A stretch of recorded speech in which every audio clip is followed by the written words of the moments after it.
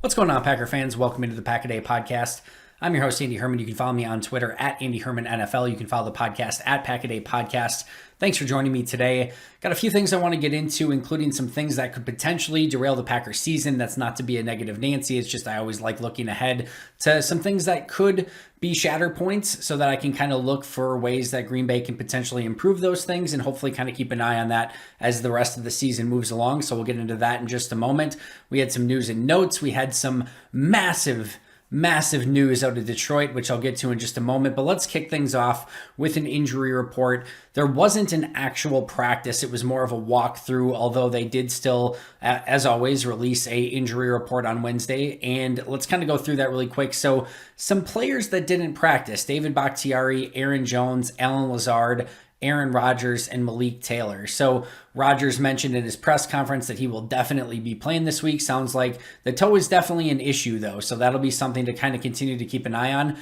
It may not sound like much, right? It's just a toe, but like a toe for a quarterback who, you know, the footwork and the ability to plant and the ability to get back in your drops and everything, like it can potentially be an issue. So that's definitely going to be something to monitor for Rodgers moving forward. Of course, Aaron Jones not exactly expected to practice. David Bakhtiari seems like they're still being very cautious. We're going to talk about him more in just a moment. And then, of course, Allen Lazard and Malik Taylor will certainly be worth monitoring as well. Some good news, though. Dominique Daphne, Kingsley Keke, Rashawn Gary, Equinemius St. Brown, and Kevin King, all who were battling different sort of injury issues, all practiced in some capacity. Some were limited, some practiced in full.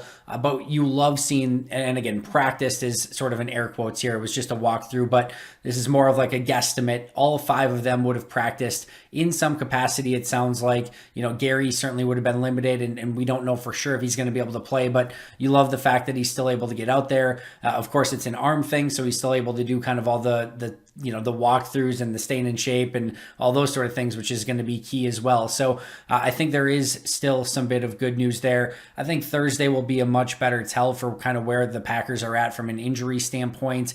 And you know, the Thursday practice is always kind of the big one. So we will kind of monitor that as the rest of the week goes along. But some bad news, some good news. Speaking of some insanely good news, some huge news out of Detroit, of course, there is a chance that Tim Boyle could be the starting quarterback for the Detroit Lions this coming weekend. I am torn because I am going to be at the game in Minnesota in the stands on Sunday. It is a noon kickoff, and Tim Boyle could be starting on Sunday for the Lions at the exact same time, which is just an absolute nightmare scenario. However, what a cool potential opportunity that would be for Tim. He's technically still on IR at the moment, but able to practice. It sounds like if Jared Goff is not able to go this week, that Boyle would be the starter. So it would certainly be a fun sort of aside for Packer fans, or at least Tim Boyle fans, to kind of keep an eye on to see how he would potentially do in Detroit. And if there is any sort of football god that is watching out for us all, that Thursday Thanksgiving opening game with Detroit is just set to be terrible. So if there's any way that Tim Boyle could start that game as well, that would certainly make things that much more entertaining as well. So as you guys know, loved the idea of Tim Boyle from the moment that I first saw him at his first practice. Love the swagger, the confidence, all of it. Huge arm, and his growth has really been something to watch, and he may get an opportunity to finally see what he can do in a regular season game in the NFL on Sunday, dependent upon where Jared Goff is at with his injury. So certainly something fun to keep an eye on. Detroit poses no threat to Green Bay in any way, shape, or form, per usual. So, if there are things like Tim Boyle and Jamal Williams and things like that, you can still sort of, be fans of that without having to actually be, worried about the Lions at the same time. So a fun aside. So let's get into main topic for today. Full 1000% transparency. I could not be ripping this off more from Bill Huber if I possibly tried. I did not read his article yet. I'm actually excited to do so once this is done.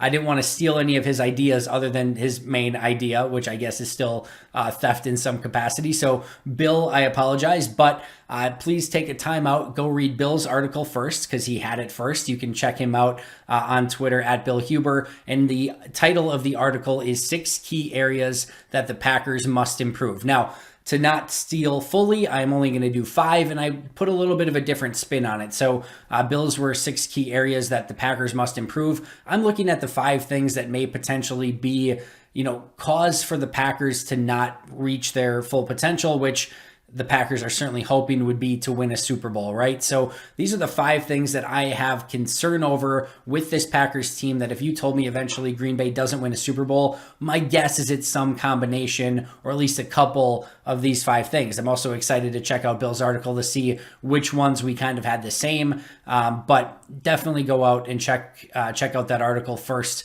and kind of see where he was kind of leaning with that. And then once your timeout's done and once you've had an opportunity to read that, come back here and check this out as well. So let's jump right into it. Number 1 is injuries / illness / COVID, right? So I'm going to sort of put the illness COVID thing to the side, because it's not anything Green Bay has control over, nor do the Rams or the Cardinals or the Cowboys or the, any other team that you want to insert here. It's just something that every team is going to continue to have to deal with. And Green Bay's already had obviously some issues with it so far. It's just going to have to be something that Green Bay stays, well aware of and does everything in their power to try to avoid. But, it's only a matter of time before some team that's getting ready for a big playoff game or a Super Bowl or whatever the case may be loses a key player, in a key game. And hopefully that's not Green Bay. Hopefully that's not any team, right? You want to see the best of the best out on the field decide it, actually on the field, and not, in the COVID reserve list, right? So hopefully that's not the case, but I'm going to kind of put that one to the side. But of course, injuries. And I think the good news here for Green Bay, yes, there are some injuries that we already know are going to be season ending. Whitney Mercilus is a great example of that. But if you look at the key injuries, we don't know if and when any of these players are necessarily going to come back for sure, or when they will, but we do know that they haven't been ruled out entirely yet. And that includes Aaron Jones, who's expected to be back in a couple weeks, right? That includes David Bakhtiari, who is, rehabbing and, trying to come back from injury. That includes Josh Myers at center. That includes Zadarius Smith, that includes Jair Alexander, that includes Rashawn Gary, and so on and so forth. The main key components of this team are still set to potentially be all healthy when Green Bay reaches the playoffs. I believe the 2 main caveats to that are the 2 main players that are eliminated already that we know for sure: Robert Tonyan and Whitney Mercilus. Now there's others like Kylan Hill and Will Redmond and so on and so forth, but the ones that would actually have a really key impact on the field, Whitney Mercilus and Robert Tonyan, are sort of the main ones that we know for sure are not going to come back at any point this season. Outside of those, Green Bay from the start of the season up until now could have the vast majority of their team outside of Mercilus, who wasn't even on the team to begin with. So you could have a scenario, I don't necessarily expect it to go this way, but you could have a scenario where the only player that you started the season with that's missing come playoff time is Robert Tonyan. Now they'd have to, avoid injuries the remainder of the season. Jair Alexander, Zadarius Smith would still have to work their way back, and so on and so forth. But that opportunity at least is out there. The only player that is out right now, or the key player that's out right now for week 1 or week 2 of the playoffs, whenever Green Bay plays, is again sort of Robert Tonyan and Whitney Mercilus. Those are the 2 key ones. Everyone else theoretically could be available by that time. Hopefully it stays that way. But if not, right?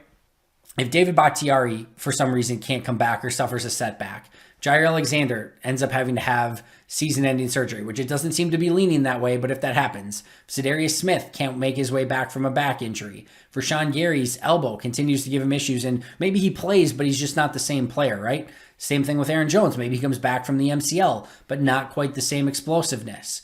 I think one of the things that we often forget and lose track of with injuries is, yeah, it's great if they're on the field, but if they're 50% of themselves, it might not actually be all that great. When they suffer an injury, that injury still might, cost Green Bay, even if they're in the lineup, and could potentially cost them more in the lineup if they're not playing anywhere near their standards. So it's not just getting some of these guys back, but it's getting these guys back and having them play at the expected level that you were hoping them to play at the beginning of the season. So all things that we're going to have to monitor, but certainly that's of course 1A for most teams, and especially where Green Bay's at with so many of their key players having some sort of injury issue right now.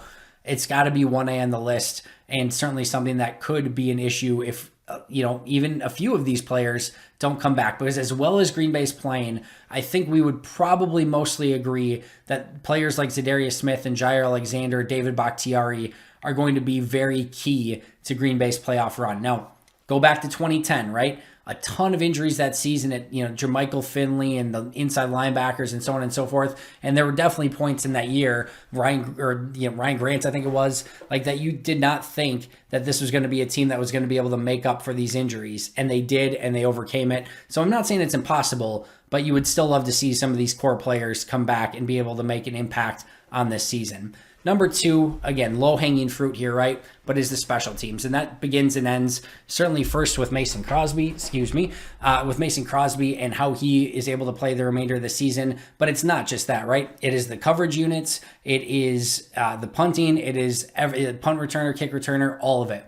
And right now, I don't think Malik Taylor, I know he had a nice return last week, but I don't think anyone on the kick return team is scaring anyone on the opposing, kickoff units. I don't think Amari Rodgers or the punt return team is scaring anyone. Right now, the field goal, overall consistency and the timing continues to be a mess, the protection and so on and so forth. I do think they found a really nice punter in Corey Bojorquez, and I think he's done a good job, but the long snapper hasn't been consistent. Stephen Wordle hasn't exactly given reason for confidence since he's been made the guy in that position. There's a lot of things to clean up, and while I think Green Bay has the potential to overcome if their offense starts clicking and their defense can still stay the same. Listen, if they've got a top 10 defense and a top 10 offense and a bottom 5 special teams, I think you can still, certainly compete for a Super Bowl. But my bigger concern is some of these field goals or block punts or muffed punts or those sort of things in key moments. Those are the things that are really difficult to overcome in close playoff games. And those are the things that Green Bay can't afford. Again, I've said it before and I'll say it again. All we're looking for with Green Bay special teams is competence. If they can be competent and this defense can stay the same and the offense can get back to where they were a season ago, I'm not saying like number one overall, but still, a high-powered, high-functioning offense, they can just be competent on special teams and be fine. But if they're awful on special teams and things continue to, regress and get worse, then you have major issues. And there is a real question if they could win a Super Bowl with a special teams that continues to put Green Bay in awful positions. So definitely number two to keep an eye on. Number three is offensive line. And last year, for those of you who listened to me on the audio podcast or listened to me towards the end of last year on the video, you will remember I screamed through the roof. Maybe that's a little bit of an exaggeration, but I definitely stated on multiple occasions that I thought the Packers' best aspect of their high-powered offense a season ago wasn't necessarily Matt LaFleur, the play calling, wasn't Aaron Rodgers, the MVP of the league, wasn't Aaron Jones, wasn't Devontae Adams. It was the offensive line. I thought the offensive line was phenomenal a season ago. Now, they did not play great in that last Tampa Bay game, which was a big reason why they lost that game. But overall, over the course of the season, they were tremendous. And by the way, a big piece of that Tampa Bay game was the lack of David Bakhtiari. They had the left side of the line that was so dominant. David Bakhtiari, Elton Jenkins, Corey Linsley. That was so good. I mean, it was almost impossible to get pressure off that side. It was, they were able to consistently run the football to that side. It was glorious. Now, Lucas Patrick at right guard has his ups and downs, but if he was the fifth best guy, and he was actually pretty darn solid a season ago as well at right guard, you're okay with that. And meanwhile, Billy Turner had his best season as a Packer last year as well. Rick Wagner played well. Like pretty much everything came up aces for that Packers offensive line a season ago, and Linsley and Bakhtiari and Jenkins were phenomenal. That has not been the case this year. The offensive line has taken a significant step back, as should be expected. No Bakhtiari, no Corey Linsley. Now Josh Myers is out with an injury. And you're trying to make it with, Elton Jenkins kicking out the left tackle. Yash Nyman has had to play some games. John Runyon's been one of the few consistent players at left guard. Billy Turner, same thing at right tackle. They've had to move around center and right guard and things like that. So there's been a good chunk of moving parts. And of course, Lucas Patrick and Royce Newman haven't been, certainly Lucas hasn't played to the level he did a season ago, and Royce has still had some rookie moments, to say the least. So that is an area where I think the offensive explosiveness and just their overall capability of playing consistent football, it starts there. And if getting David Bakhtiari back, certainly getting David Bakhtiari back, if he is himself, is a huge, huge piece of that. And, just getting Bakhtiari and Myers back at some point and being able to move Patrick and Newman into more, support roles or, depth roles, that changes everything. And I think you'd see this offense really take off. But that means David Bakhtiari has to be David Bakhtiari. And Adam Stenavich just said today that this is going to be a grind for him. And I think we have to at least get used to the idea that in this season, first year back from ACL, if and when he gets back, he may not be all-pro David Bakhtiari. I still think he'll be better than, the equivalent of, Royce Newman or Lucas Patrick or, whatever players coming off the field. But we may not get all-pro David Bakhtiari. That might be something we have to live with this season. So we shall see and what that means. But I still think the offensive line overall has to play better. Next is Allen Lazard and MVS. Well, I think this offense isn't lacking weapons or overall explosivity. I think this offense has everything they need to be successful. I expect more out of Allen Lazard and MVS. And I think MVS is coming back from injury. I think Green Bay's still finding its rhythm. As soon as MVS gets back, Jordan Love is playing. And then, then Rodgers comes back and Rodgers is a little bit rusty. So I think MVS is going to be just fine. But I think these two do need to step up. Listen, teams are going to do everything they can, especially in the playoffs, to shut down Davante Adams. And it is going to be up to Cobb and Lazard and MVS to step up and make plays. Because, again, the offensive line isn't quite the same. You're not going to get these huge running alleys, and Dillon and Jones can only carry you so far. They're going to take away Adams. There's going to be third downs where you have to convert and make plays while the other team is specifically taking away Davante.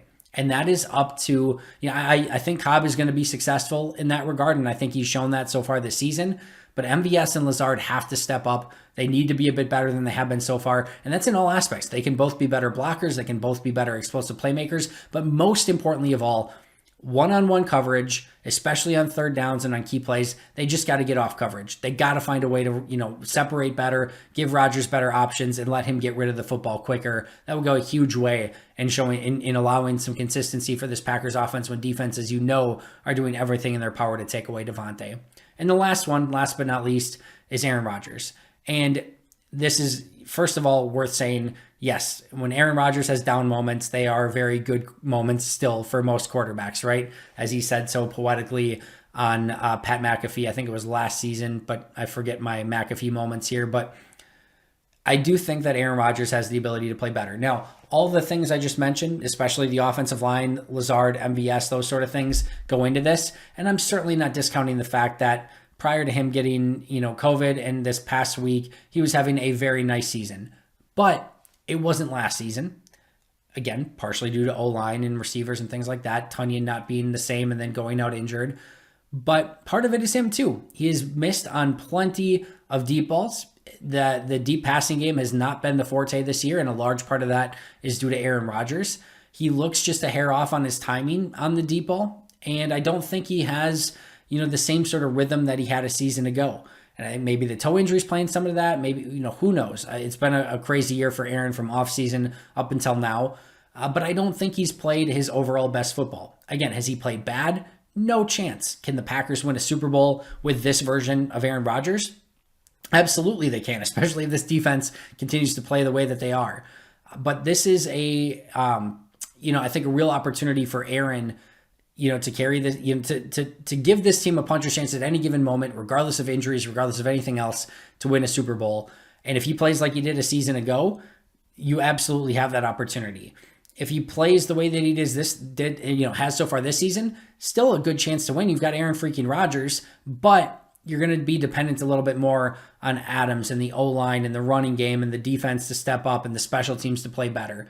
Rodgers can cover a ton of ills, a ton of ailments, a ton of everything when he is on his A game. When he's not, it takes everyone else stepping up a little bit more, which is probably how it's supposed to be, right? But I think we've become so accustomed to A+ Aaron Rodgers, especially last season in an MVP year, that, even B to B+ Aaron Rodgers doesn't feel quite the same. And I think if he can get to that A+ level, then start putting the league on notice, especially the way this defense is playing. So injury/COVID, special teams, offensive line, Lazard/MVS, and Aaron Rodgers, specifically the deep ball. I think those are all things that could hold Green Bay back from getting to their ultimate destination, but still a lot of time to figure those things out. And I think Green Bay, especially in offense, is going to start getting that stuff figured out sooner rather than later. Thanks so much for joining me. Always appreciate it. We'll be right back here tomorrow with an all-new episode. But until next time, and as always, go Pack Go.